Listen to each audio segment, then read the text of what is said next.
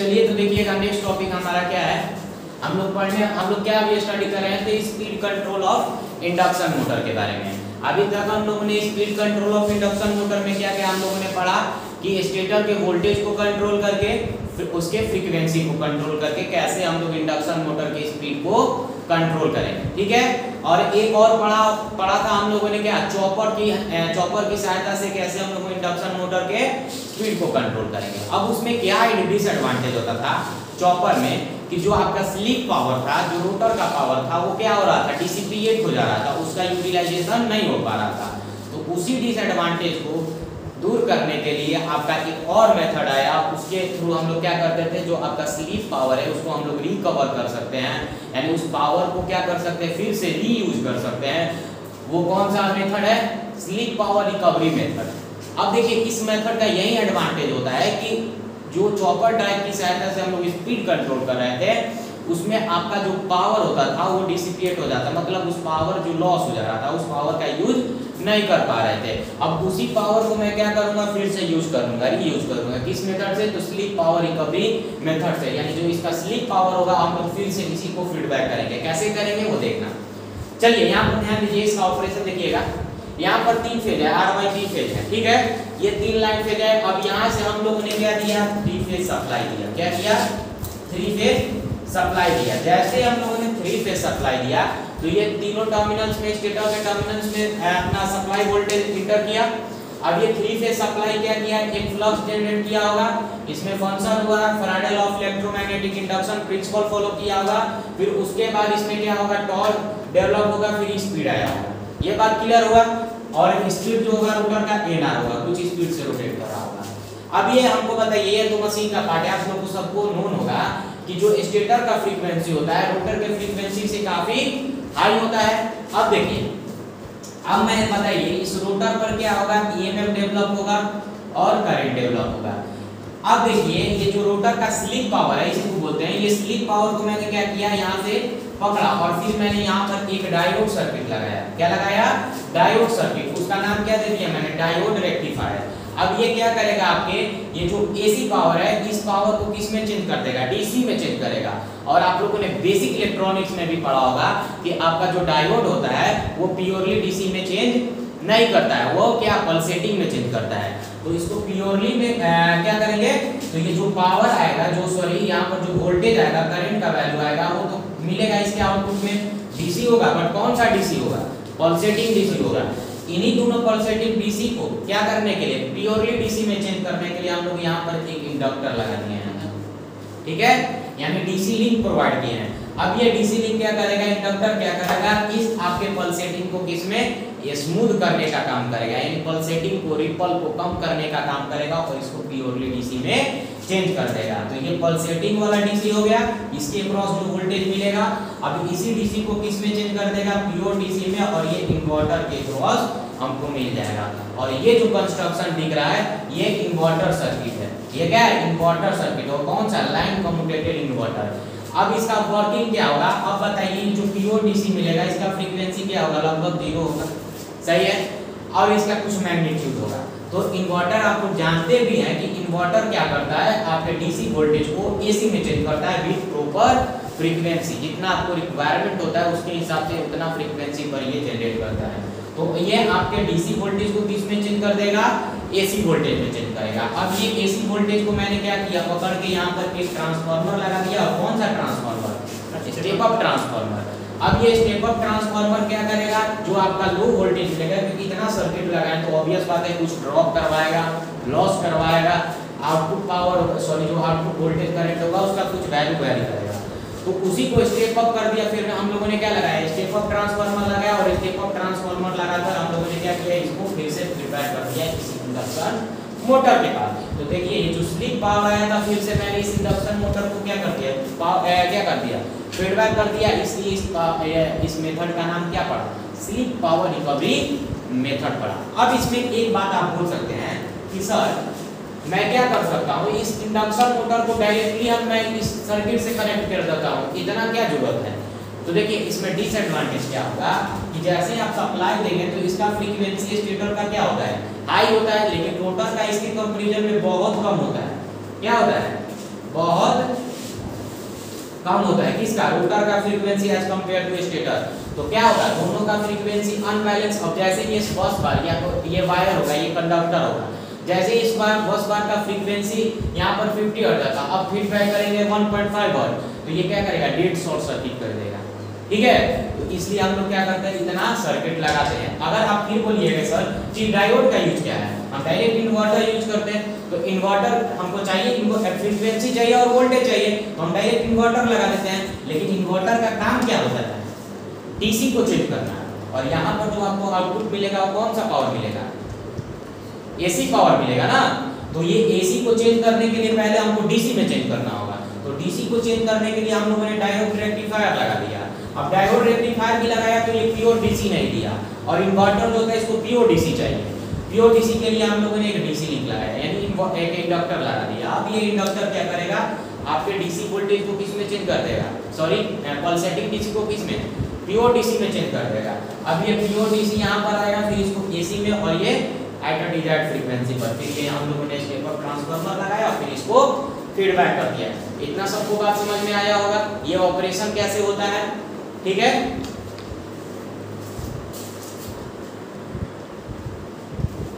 चलिए देखिएगा, ये ऑपरेशन समझ में आया सबको।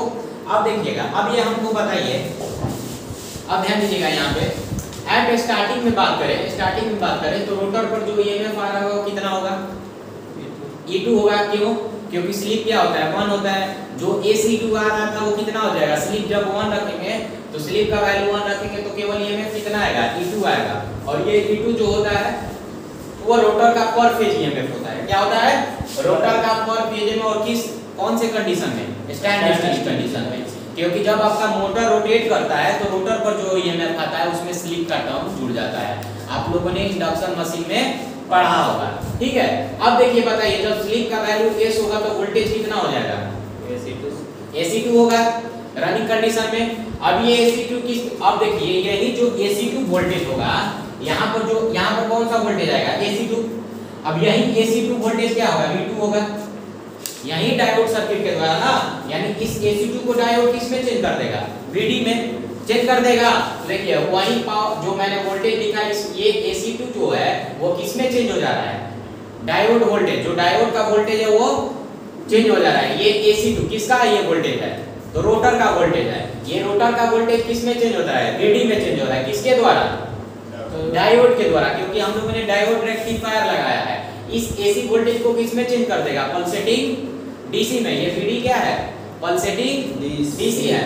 अब ये कौन सा, अब जानते भी हैं कि डायोड क्या होता है, अनकंट्रोल्ड रेक्टिफायर होता है। ये स्टार्टिंग में ही मैंने बताया था, डायोड एसीआर और एक डायोड प्लस एसीआर, ये आपका सेमी कंट्रोल होता है। एसीआर क्या होता है, फुल्ली कंट्रोल्ड होता है, क्योंकि उसमें हम अपने अनुसार से एसीआर को टर्न ऑन और टर्न ऑफ कर सकते हैं। तो आपका एसीआर जो होता है वो फुल्ली कंट्रोल्ड कन्वर्टर होता है, और डायोड जो होता है वो अनकंट्रोल्ड होता है। जैसे ही आप फॉरवर्ड बायस कीजिएगा वो शॉर्ट सर्किट हो जाएगा, आप पे डिपेंड नहीं करेगा कि आप कब उसको ऑन करना चाहते हैं। क्लियर हुआ सबको बात। तो देखो अब आपका ये क्या मिला, डायोड वोल्टेज। अब देखिए ये जो डायोड वोल्टेज मिलेगा वो कितना मिलेगा, तो ये हम इसका वैल्यू जो होता है वो 3 into maximum value of input line voltage, यानी जो ये लाइन वोल्टेज मिल रहा है, जो इसको इनपुट मिल रहा है, ये S into E2 वो वोल्टेज इसको मिलेगा। तो ये कितना मिलेगा, तो 3 into √2 under bracket √3 into AC2। अब ये कैसे होगा, तो देखिए ये मैक्सिमम वैल्यू ऑफ हमको चाहिए क्या, maximum value of input voltage चाहिए। अब वो जो आएगा वो कौन सा आएगा, RMS वैल्यू आएगा लाइन का। तो उसको मैंने क्या किया, और वो भी 3 फेज का आएगा, तो उसको मैंने पर फेज में चेंज किया है, और फिर किसमें चेंज कर दिया, मैक्सिमम में चेंज कर दिया है। तो आफ्टर ये सभी प्रोसेस करने के बाद ये जो डायोड का वोल्टेज आएगा वो कौन सा आएगा, पल्सेटिंग आएगा। और उस पल्सेटिंग डायोड का वोल्टेज कितना होगा, 3/√6, क्योंकि 3 into √2 into √3 क्या हो जाएगा, √6 और बटा में पाई। और ये वोल्टेज कितना होगा, AC2, यानी इस डायोड वोल्टेज का वैल्यू कितना हो जाएगा, ये डायोड वोल्टेज का वैल्यू कितना होगा, तो 3√6/पाई into AC2। यानी आपसे कोई दे दे कि 3 फेज इंडक्शन और कौन सा पावर, स्लिप रिकवरी मेथड के अंतर्गत, और वो भी कौन सा, क्रेमर्स मेथड के अंतर्गत आपको दे दे, बोल दे कि आपका स्लिप का वैल्यू कुछ है, मान लीजिए 0 पॉइंट समथिंग है, और आपके उसके ईएमएफ रोटर का ईएमएफ दे दे तो आपसे पूछेगा कि डायोड सर्किट के क्रॉस, डायोड रेक्टिफायर के क्रॉस जो वोल्टेज डेवलप होने वाला है वो कितना होगा, तो आप बता सकते हैं। यहाँ से क्या करना है कि आपको ये फॉर्मूला रखना है और इसमें स्लिप का वैल्यू रखना है और रोटर के ईएमएफ का वैल्यू लिखना है, तो आपको डायोड का वोल्टेज मिल जाएगा। अब इस डायोड का तो हमको वोल्टेज चाहिए, मिल गया। अब हमको ये VDC का वैल्यू कितना होगा, क्योंकि जब आप इस पल्सेटिंग डीसी को दे रहे हैं तो ये इंडक्टर क्या करेगा, इसको प्योर डीसी में चेंज करेगा, फिर वोल्टेज का वैल्यू कुछ चेंज होगा, फिर ये इन्वर्टर का कुछ वैल्यू आएगा, फिर ये इन्वर्टर इसको फीडबैक कर रहा होगा। तो आगे देखिए, अब बताइए हम लोग, अगर मैं इसका टर्न्स रेशियो की बात करूं, इस मोटर की टर्न्स रेशियो की बात करूं, तो आप बोलेंगे सर N2/N1 स्टेटर का मैंने मान लिया क्या, स्टेटर का N1 टर्न्स और रोटर का N2 टर्न्स, तो N2 बटा में N1 क्या होगा, E2/V1 कैसे, तो रोटर का EMF स्टैंड स्टिल में E2 और उसका स्टेटर का वोल्टेज V1, देखो यहाँ पर V1 आ रहा होगा, देखो यहाँ से ये V1 निकला, यहाँ पर देखो यहाँ पर V1 निकला और यही V1 किसके क्रॉस है, इसके क्रॉस है, तो स्टेटर का वोल्टेज कितना है V1।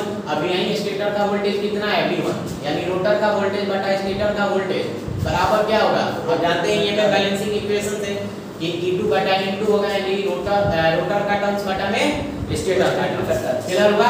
देखो तो अब मैं क्या किया हूं कि ये N2/N1 को मैंने A से डिनोट कर दिया, इस ट्रांसफॉर्मेशन रेशियो को मैंने A से डिनोट कर दिया। अब ये A से डिनोट कर दिया और V1 क्या होगा, तो सप्लाई वोल्टेज होगा, कौन सा, स्टेटर का सप्लाई वोल्टेज होगा, या फिर कहिएगा जो आपका ट्रांसफार्मर लगा हुआ है उसका आउटपुट वोल्टेज कितना है, V1 है, तो ये मैंने आउटपुट वोल्टेज कितना दे दिया है, V1 दे दिया है। अब बताइए N2/N1 क्या है, रोटर पर फेज टर्न्स है और स्टेटर पर फेज टर्न्स है, दोनों का रेशियो है। अब ये VD का वैल्यू यहाँ से बताइए कितना आया था मेरा, देखिए वहाँ पर VD का वैल्यू 3√6/π S × AV1 आ रहा था। अब AV1 कैसे लिख दिया, तो C2 को मैंने रिप्लेस कर दिया कितना से, AV1 से, कितना से, AV1 से रिप्लेस कर दिया, तो यही VD का वैल्यू किसमें चेंज हो गया, 3√6/π S × AV1। जब 3√6/π को चेंज कीजिएगा न्यूमेरिक वैल्यू में, तो उसका वैल्यू कितना आएगा, 2.339 आएगा, और ये SAV1। तो ये रिजल्ट याद रखिएगा, इंपॉर्टेंट है। स्टेटर का वोल्टेज दे दे और इंडक्शन मोटर का टर्न्स रेशियो पर फेज दे दे और उसका स्लिप दे दे, तो आपसे पूछेगा कि डायोड के क्रॉस जो वोल्टेज डेवलप होगा आफ्टर द किसमें चेंज करने के बाद डीसी पल्सेटिंग डीसी में, उस पल्सेटिंग डीसी का वैल्यू कितना होगा, तो आप बता सकते हैं यहाँ से, ठीक है, ये वोल्टेज का वैल्यू पता चल जाएगा।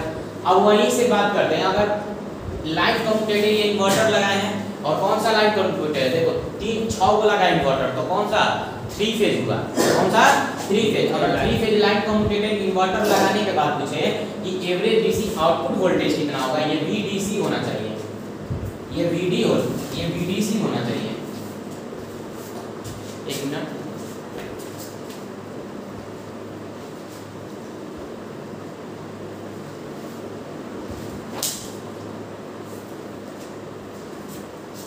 हाँ देखिए ये VDC होगा, ये आपका होगा VDC, ठीक है। ये जो वोल्टेज हो रहा है इसके क्रॉस जो अपर हो रहा है कौन सा, DC वोल्टेज, और कौन सा प्योरली DC वोल्टेज, तो ये DC वोल्टेज का वैल्यू कितना होगा, तो ये आपको याद रखना है डेटा, ये आपको डेटा याद रखना है, ठीक है।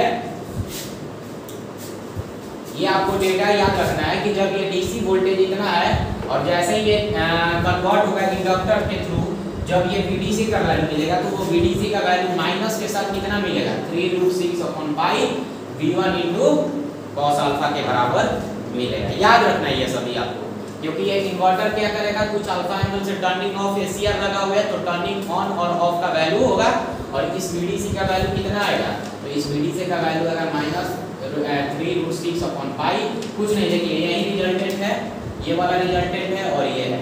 अब देखिए इसी को चेंज किया है कैसे, ये माइनस जो लगा है ये आपको याद रखना है, माइनस लगाया और 3√6/π V1 किसका था, ये स्टेटर का वोल्टेज था, और ये cos अल्फा अपना से डाला है, ये टर्न्स रेशियो का हटाया है, ये आपको याद रखना है, ठीक है।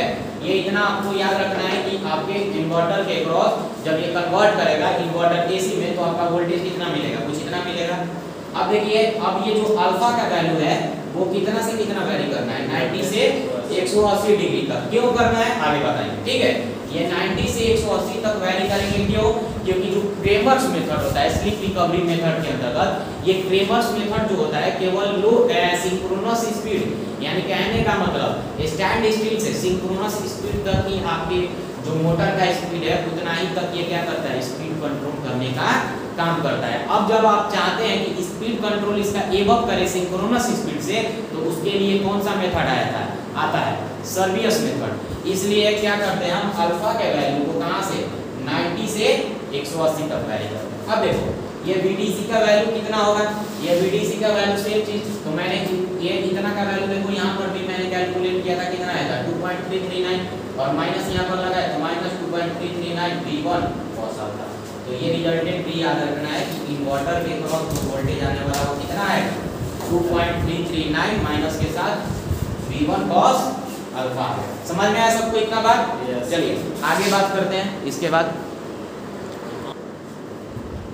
चलिए देखिएगा हमारा आउटपुट वोल्टेज कितना है इन्वर्टर के क्रॉस, जो कि लाइन वोल्टेज होता था माइनस 2.339 V1 cos अल्फा आया था। अब देखो इसी को मैं क्या कर दूंगा स्टेप अप ट्रांसफार्मर में फीडबैक कर दूंगा, फिर से ये आएगा यहाँ पर, फिर ये V1 में चेंज हो जाएगा, यही वोल्टेज क्या होगा V1 होगा, ये जो VDC है वही क्या होगा V1 होगा। फिर यहाँ से ये स्पाइरल के इंडक्शन मोटर में आएगा, फिर ये प्रोसेस लगातार होता रहेगा। अब देखो इस केस में जो आपका स्लीप पावर ये हो रहा था, यहाँ से जो स्लीप पावर हो रहा था वो स्लीप पावर फिर से इसी को मैंने फीडबैक कर दिया, तो इसीलिए नाम पड़ा क्या इसका sleep recovery power control method. समझ में आया सबको? अब देखो ये बताओ, ये तो हमने लोड कंडीशन पर बात किया, अगर नो लोड कंडीशन होगा तो क्या होगा, तो टॉर्क क्या हो जाएगा, इलेक्ट्रोमैग्नेटिक टॉर्क क्या होगा निग्लेजिबल होगा। कैसे होगा?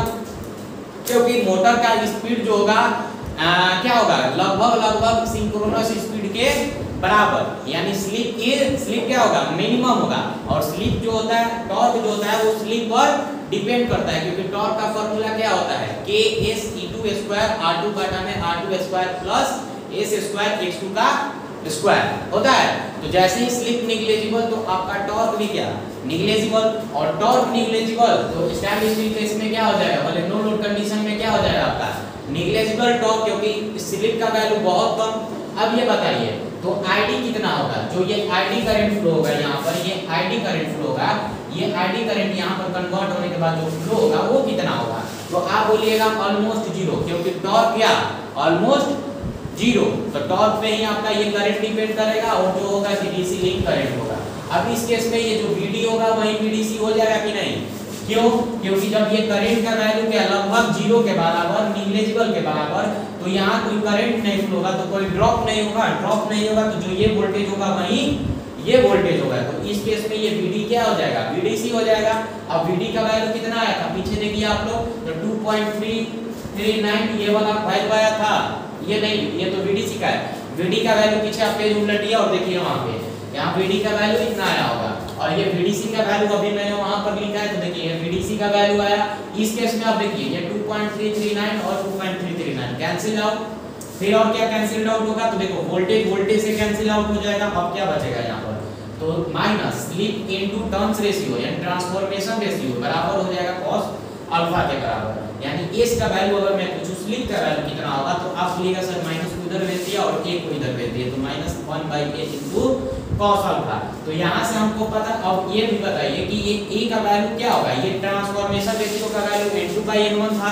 अब ये N2 किसका था, रोटर सर्किट का क्या था टर्न्स था, और N1 यहाँ पर क्या है स्टेटर सर्किट का टर्न्स हो रहा था, और स्टेटर पर वोल्टेज क्या होता है हाई होता है एज कंपेयर टू रोटर का, तो यहाँ का टर्न्स हाई यहाँ का टर्न्स लो, तो N2 बटा N1 का वैल्यू क्या हो जाएगा ओवरऑल कम हो जाएगा, ओवरऑल कम होगा तो A1 जो होगा वो लेस देन 1 हो जाएगा, क्योंकि N1 का वैल्यू ज्यादा N2 का वैल्यू कम, तो ओवरऑल वैल्यू क्या हो जाएगा कम हो जाएगा, तो लेस देन 1 हो जाएगा। क्यों? क्योंकि हम लोग ऐसे भी जानते हैं कि E2 का वैल्यू जो होता है V1 से बहुत कम होता है। कैसे होता है कि देखो यहाँ पर मैंने जो ये वैल्यू आया था, यहाँ पर जो VD से आया था, इस VDC को मैंने फिर से क्या कर दिया है स्टेप अप कर दिया, तो स्टेटर के क्रॉस वोल्टेज V1 मिला, और ये जो वोल्टेज V1 होगा हमेशा क्या होगा C2 से बड़ा होगा। तो यही मैंने देखा है कि E2 जो है लेस देन है किससे V1 से।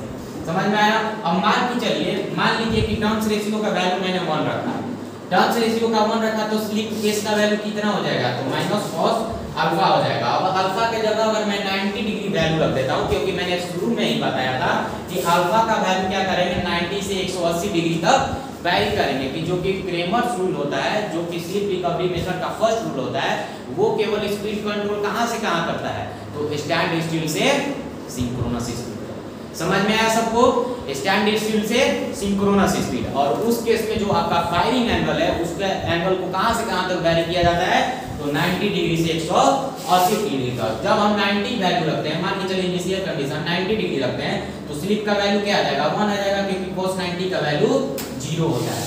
एट ये और स्लिप 0 होगा तो सिंक्रोनस, क्या मैंने बताया, ये सिंक्रोनस स्पीड पर, यानी कहने का मतलब रोटर का स्पीड भी कितना पर पहुंच जाए, सिंक्रोनस स्पीड पर पहुंचेगा, तभी तो स्लिप का वैल्यू 0 होगा। ये बात समझ में आया? अब उसी प्रकार से आप ये कीजिए, अल्फा के जगह आप कितना फायरिंग एंगल प्रोवाइड कीजिए 180 डिग्री पर। कहने का मतलब इस सर्किट को 180 डिग्री पर जाकर फायरिंग कीजिए, इसको गेट पल्स दीजिए, है ना, और इसको ऑन कीजिए। तब उस कंडीशन में क्या होगा कि जो स्लिप का वैल्यू हो जाएगा 1 हो जाएगा, क्योंकि cos अल्फा का वैल्यू 180 डिग्री का वैल्यू -1 होता है। अब -1 माइनस से मल्टीप्लाइड होगा तो कितना हो जाएगा 1 होगा, तो स्लिप का वैल्यू क्या आ जाएगा मैक्सिमम आ जाएगा। और 1 कब होता है, जब रोटर का स्पीड 0 होता है, रोटर का स्पीड 0 होता है। तो देखो हम लोगों ने स्पीड को कंट्रोल किया कि नहीं, हम लोगों ने कहां से कहां तक कंट्रोल कर लिया, तो स्टैंड स्पीड से सिंक्रोनस स्पीड तक। कैसे, तो by varying of the angle of alpha. Alpha के वैल्यू को 90 से 180 डिग्री तक वैरी करके हम लोगों ने क्या किया, रोटर का जो स्पीड है हम लोगों ने कहां से कहां तक कंट्रोल कर लिया, स्टैंड स्टिल से सिंक्रोनस। तो क्रेमर्स रूल जो होता है, ये कौन सा रूल है, क्रेमर्स रूल जो है स्लिप रिकवरी मेथड के अंतर्गत, ये क्रेमर्स रूल है, जिसके थ्रू हम लोग क्या कर सकते हैं, इसके स्पीड को कहां से कहां तक कंट्रोल करते हैं, तो स्टैंड स्टिल से सिंक्रोनस। ये सबको बात याद रखना है, ये इंपॉर्टेंट है। ऑब्जेक्टिव में पूछ भी सकता है आपके सेमेस्टर एग्जाम में कि क्रेमर्स रूल के अनुसार, क्रेमर्स रूल के थ्रू हम लोग जो इंडक्शन मोटर है इसकी स्पीड को कहां से कहां तक कंट्रोल कर सकते हैं, या फिर पूछ सकता है कि अल्फा का वैल्यू कहां से कहां तक अलाइज करता है। ठीक है, समझ में आया सबको? उम्मीद करता हूं समझ में आया। चलिए आज के लिए इतना ही।